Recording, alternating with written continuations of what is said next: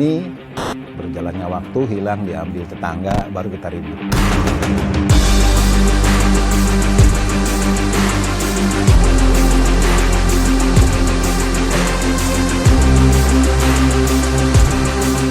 Jangan sampai wilayah kita diklaim dengan dari pihak negara lain seperti Malaysia yang saat ini.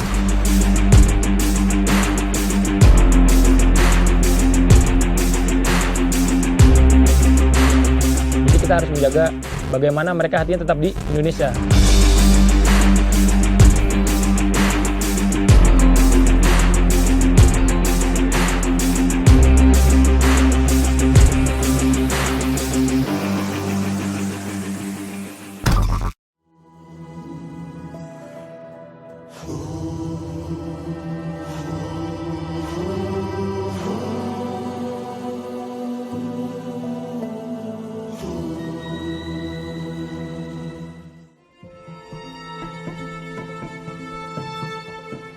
Sebagai negara kepulauan, Indonesia tercatat memiliki 111 pulau kecil terluar dengan 92 diantaranya berbatasan langsung dengan negara tetangga. Salah satu pulau yang berperan krusial dalam mempertahankan kedaulatan Indonesia di wilayah perbatasan adalah Pulau Sebatik, Kalimantan Utara. Pulau ini dimiliki oleh dua negara sekaligus, yakni 246,61 km persegi wilayah selatan dimiliki Indonesia, sedangkan sebelah utara seluas 187,23 km persegi milik Malaysia, tepatnya di negara bagian Sabah. Fenomena rumah dua negara pun terjadi di pulau ini, di mana terdapat rumah-rumah yang sebagian sisinya berada di Indonesia dan sisi lainnya di Malaysia. Kondisi geografis ini menjadikan Pulau Sebatik cukup unik, karena terpisah oleh perbatasan internasional antara dua negara. Namun di sisi lain, fakta ini menjadikan Pulau Sebatik rentan terhadap tindak kriminalitas seperti penyelundupan barang ilegal, pekerja migran ilegal, hingga peredaran narkotika. Malaysia itu memperbolehkan transit pengiriman narkoba, tapi tidak boleh diredarkan lah. Waspadaan inilah yang harus kita tingkatkan. Jangan sampai ya peredaran narkoba besar-besaran di Indonesia itu dari Malaysia yang dikirim dari Cina dan juga dari beberapa negara besar itu masuknya lewat pintu-pintu pulau terluar, terutama Sebatik, untuk diedarkan menjadi transit dan diedarkan di seluruh Indonesia ini. Kondisi geografis ini membuat saya penasaran bagaimana sistem penjagaan di Pulau Dua Tuan ini. Setibanya di Tarakan, saya melanjutkan perjalanan laut selama 3 jam ke Pelabuhan Nunukan dengan arus gelombang yang cukup menantang adrenalin.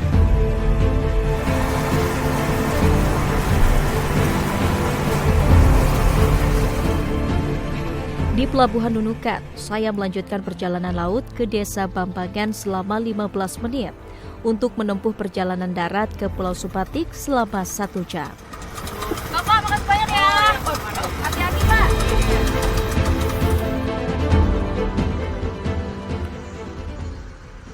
Pemirsa, setelah menempuh perjalanan selama kurang lebih 8 jam lewat jalur darat, udara, dan juga laut dari Jakarta, akhirnya saya tiba di Pulau Sebatik, Kalimantan Utara. Saya akan melihat bagaimana satuan tugas melakukan penjagaan dan juga patroli rutin di salah satu pulau terluar yang berbatasan langsung dengan negara Malaysia ini.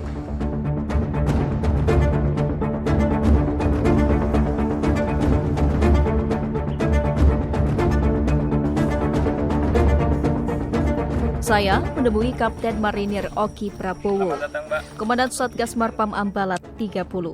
Satgas Marpam Ambalat 30 adalah salah satu satuan tugas dalam Korps Marinir yang saat ini bertugas di Pulau Sebatik.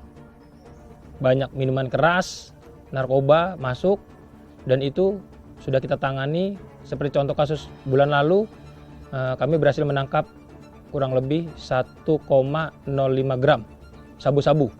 Itu setelah kita tangkap, kita berkoordinasi dengan polisi setempat, kemudian BNN untuk ditindaklanjuti dan diproses hukum seperti yang ditentukan. Terdapat sejumlah pos yang menjadi perlintasan keluar masuk antara Malaysia dan Indonesia. Salah satunya pos Sei Pancang. Kucing-kucingan antara petugas dan penyelundup barang-barang ilegal kerap terjadi di titik ini.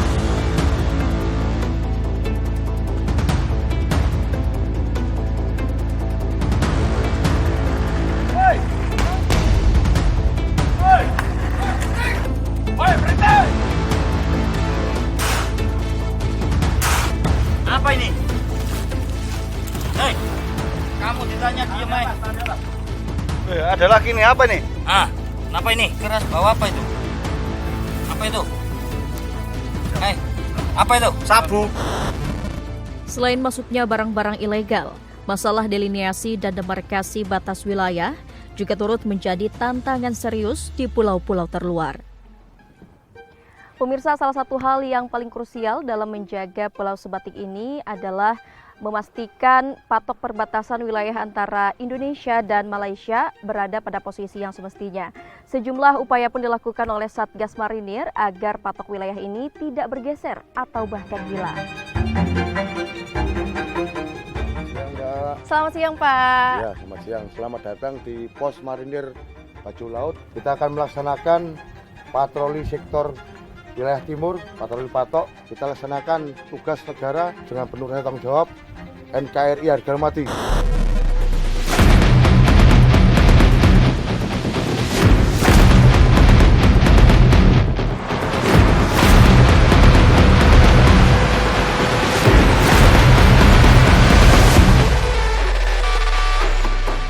Patok perbatasan yang terdapat di pulau terluar berupa patok darat yang menandai garis batas di daratan dan patok laut yang menggambarkan perbatasan wilayah perairan yang sah.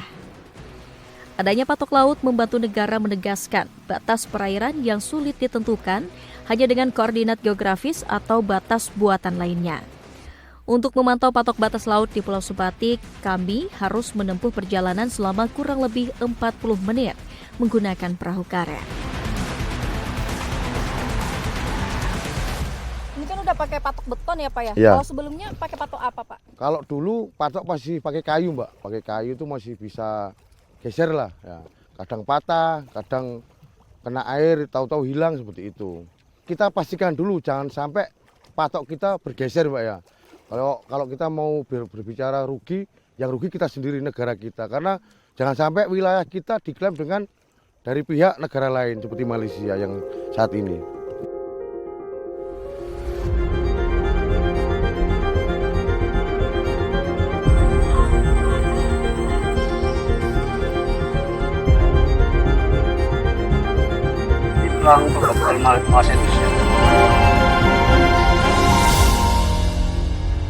Berbeda dengan patroli patok laut yang harus menggunakan transportasi laut, akses penjagaan patok darat lebih mudah dijangkau dan dapat langsung dilakukan oleh petugas perbatasan.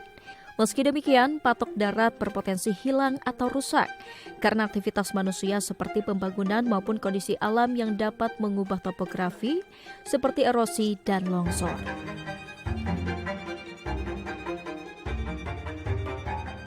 Letaknya yang berada di perbatasan membuat Pulau Sebatik rentan terhadap berbagai permasalahan sosial. Kehadiran Satgas Marinir membuat warga merasa terlindungi dari ancaman kejahatan yang kerap terjadi di wilayah perbatasan. Kami aman betul tinggal di depan pos kawasan angkatan ini. Aman, motor diletak di situ saja, pintu tanpa dikunci pun kita keluar. Nggak rasa takut, pasal 24 jam kami dijaga. Sekarang sampai sekarang itu jarang juga yang ini, artinya barang-barang terlarang masuk di sini. Jangankan barang-barang begitu, sembako apanya itu semua dijaga ketat masuk di sini. Posisi Indonesia yang berbatasan langsung dengan negara-negara besar di Asia Tenggara dan Oseania membuat penjagaan terhadap sejumlah pulau-pulau terluar menjadi krusial. Penetapan status Pulau Sipadan dan Ligitan yang terletak di Laut Sulawesi menjadi milik Malaysia pada tahun 2002 menggambarkan betapa pentingnya perlindungan di wilayah terluar.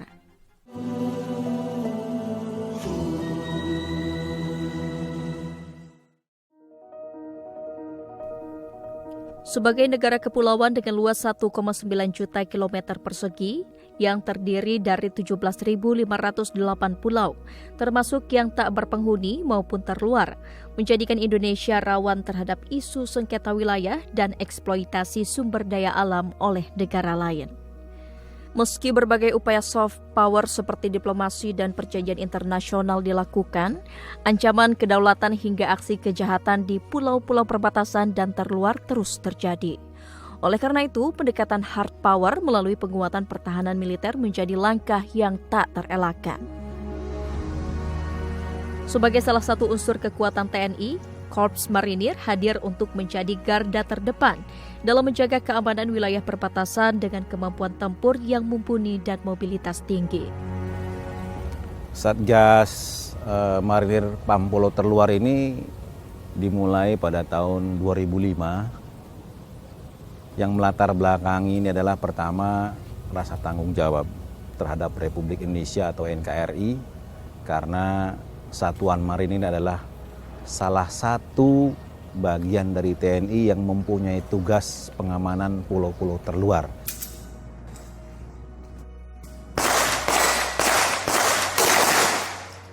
Sebagai pelajaran buat kita, contohnya misalkan Legitan Sipadan. Kita tidak merawat, tidak ngopeni, berjalannya waktu, hilang, diambil tetangga, baru kita ribut. Pulau Sipadan dan Ligitan adalah dua pulau kecil yang terletak di Laut Sulawesi. Kedua pulau ini pernah menjadi objek sengketa wilayah yang cukup panjang antara Indonesia dan Malaysia. Meski secara historis kedua pulau ini masuk dalam wilayah Indonesia, Mahkamah Internasional pada tahun 2002 akhirnya memutuskan kedaulatan Pulau Sipadan dan Ligitan jatuh ke tangan Malaysia. Salah satu pertimbangannya adalah dominasi Malaysia dalam sektor pembangunan dan ekonomi di kedua pulau ini. Fenomena serupa kerap terjadi di wilayah perbatasan maupun terluar. Untuk itu, kehadiran otoritas negara di wilayah-wilayah ini menjadi penting guna memperkuat pengelolaan wilayah-wilayah terluar. Kami harus menjaga netralitas masyarakat sekitar agar tidak lebih condong atau dominan ke negara sebelah. Contoh, karena di sini orang lebih sering menyebutkan harga itu dengan ringgit Malaysia dibanding rupiah. Jadi harga mereka lebih condong ke, kalau kita belanja ini contoh, dia menggunakan harga 22 ringgit seperti itu. Jadi kita harus menjaga bagaimana mereka hatinya tetap di Indonesia. Dengan membiasakan ngomong rupiah, dia cinta rupiah. Juga yang lainnya kita jangan sampai dia berpikir untuk apa-apa lebih mudah di sebelah daripada di Indonesia sendiri. Selain pulau terluar, Indonesia juga memiliki pulau-pulau tak berpenghuni. Pada tahun 2023, Badan Informasi Geospasial BIG mencatat, dari 17.508 pulau yang ada di Indonesia, 6.000 pulau diantaranya adalah pulau tidak berpenghuni. Pulau yang tak berpenghuni rawan untuk diklaim orang lain, bukan WNI yang berusaha menghuninya. Jadi tidak hanya tindakan yang mengklaim wilayah itu pemisahan, bisa juga ini ya, kalau lama-lama penduduk di luar negara kita menghuni pulau tertentu, bisa juga pada suatu waktu kalau sudah membesar ini akan mengklaim dan akan memisahkan dari NKRI. Diperlukan keahlian khusus untuk menjaga pulau tak berpenghuni seperti keterampilan bertahan hidup di alam liar, kemampuan navigasi hingga pengetahuan yang mumpuni tentang ekosistem lokal.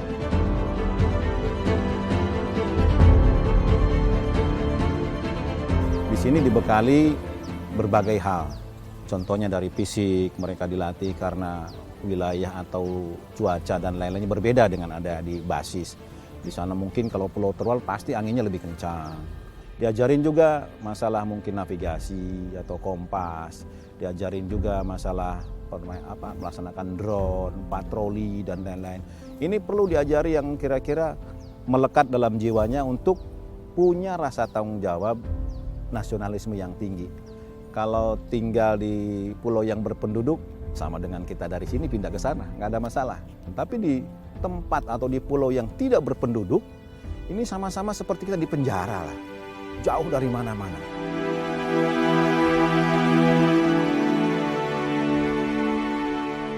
Penasaran dengan penjagaan pulau tak berpenghuni, saya pun mendatangi salah satu pulau yang terletak di Laut Selatan Jawa Timur, yaitu Pulau Nusa Barung. Berstatus sebagai suaka marga satwa, pulau tak berpenghuni yang terletak di perbatasan Australia ini rentan terhadap ancaman perburuan ilegal.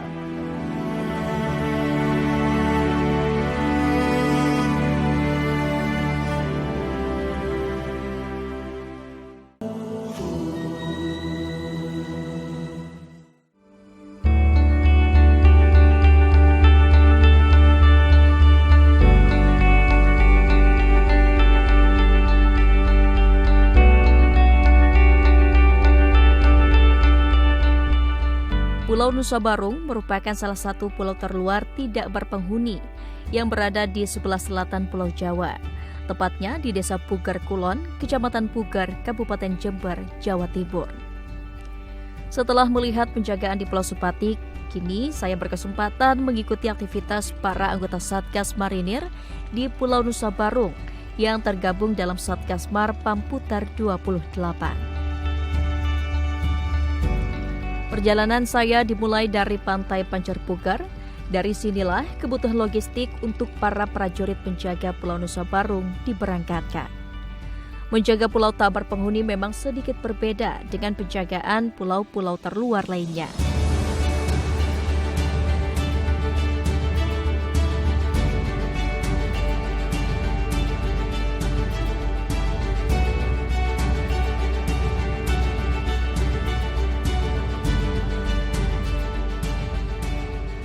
Para prajurit harus menjemput logistik dari luar pulau yang lokasinya cukup jauh.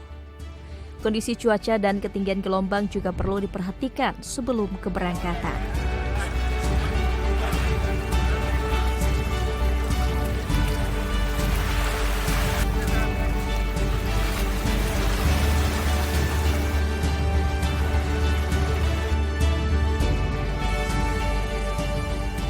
Ya pemirsa, ini kami sudah sampai di Pulau Nusa Barung setelah menempuh perjalanan selama kurang lebih 45 menit dari Pantai Pancer Puger Jember menggunakan perahu karet. Dan di sini saya akan melihat bagaimana Satuan Tugas Marinir Pengamanan Pulau Terluar 28 Pulau Nusa Barung melakukan penjagaan dan bagaimana mereka bisa bertahan hidup atau beradaptasi di pulau kosong atau tak berpenghuni ini.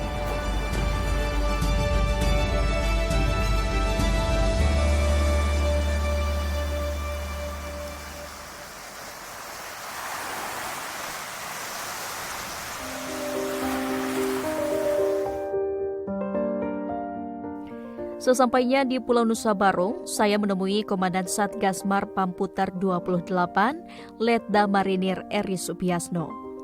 Dan inilah posko jaga berupa tenda sederhana tempat para prajurit berkegiatan. Meski terlihat sederhana dengan memanfaatkan benda-benda di sekitar pulau, para prajurit berusaha membuat posko tetap terlihat asri dan bersih. Salah satunya dengan menggunakan bebatuan pantai sebagai akses jalan di area posko dan terumbu karang yang sudah mati sebagai bahan tembok pos jaga depan.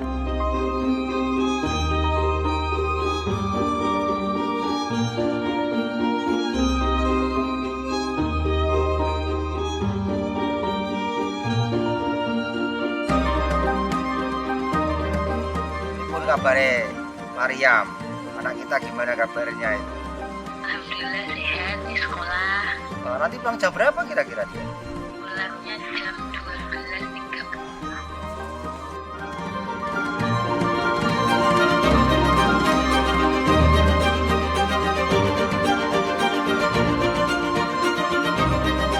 Halo Pak. Pak, boleh lihat kegiatan masaknya? Ini lagi masak apa Pak? Ini untuk menu sore hari ini kita masak nasi dengan lauk ayam goreng dan lalapan, Mbak. Ini masih menggunakan tungku kayu bakar Pak? Iya, kita selama di pulau ini kita menggunakan bahan baku yang alami. Kita menggunakan bahan-bahan yang tersedia di alam pulau ini. Untuk porsinya per hari itu per personil itu 200 gram untuk sekali masak. Berarti untuk berasnya itu kurang lebih kalau 1 bulan membutuhkan 600 kilo. Ya, Pak. Kalau untuk minumannya sendiri, Pak? Untuk minumannya kita membutuhkan rata-rata perharinya itu 2 liter per personil. Kalau 1 bulan kita rata-rata per personil itu membutuhkan 4-5 galon. Kita terbatas dengan air bersih ya, kita mandinya masih menggunakan air sumur dan itu pun sumur itu airnya masih air asin. Sedangkan untuk memasak kita sama masih membutuhkan kiriman dari kanan. Balai Konservasi Sumber Daya Alam BKSDA Jawa Timur mencatat terdapat lebih dari 60 jenis fauna di Pulau Nusa Barong. Dengan status Waka Marga Satwa dan lokasinya yang berbatasan dengan Australia, Pulau Nusa Barong menjadi sangat rentan terhadap aktivitas pencurian satwa dan tindakan kriminal lain seperti illegal fishing. Tentunya kita mencegah orang yang masuk ke sini jangan sampai nanti mereka berburu ataupun melakukan perusakan ekosistem baik itu di darat maupun di laut. Karena untuk berburu di sini sangat tidak boleh. Kita tetap harus menjaga kelestarian alam ini. Lagi nyari apa nih, Pak? Layur, Pak. Layur? Ya. Udah berapa hari melaut? 4 hari. 4 hari. Tujuan dari kita untuk penangkapan ikan wajib tradisional ya, Pak ya. Nggak boleh pakai bahan peledak ataupun tempat harimau. Ya.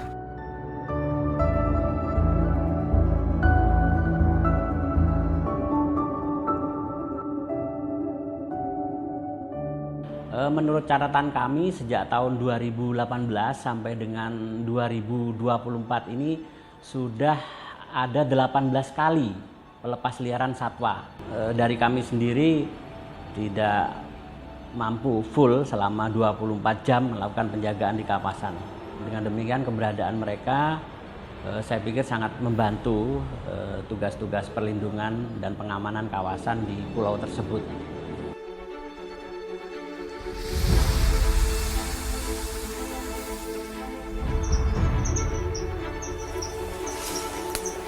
Ini kalau patroli darat biasa rutenya berapa jauh, Pak?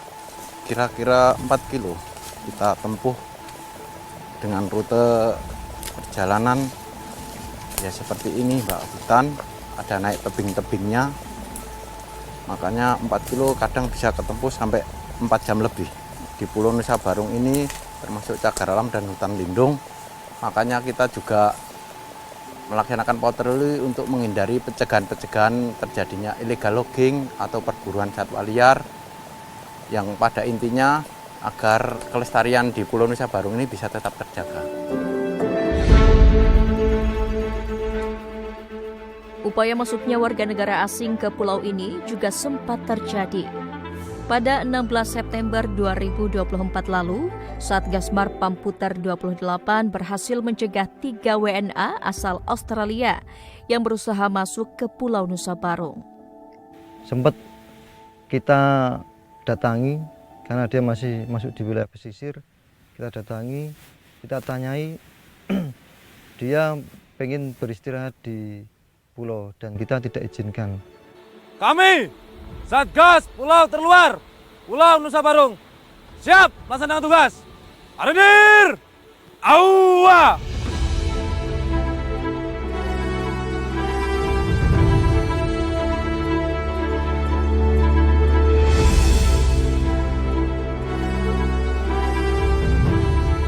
Menjadi negara kepulauan adalah anugerah sekaligus tantangan.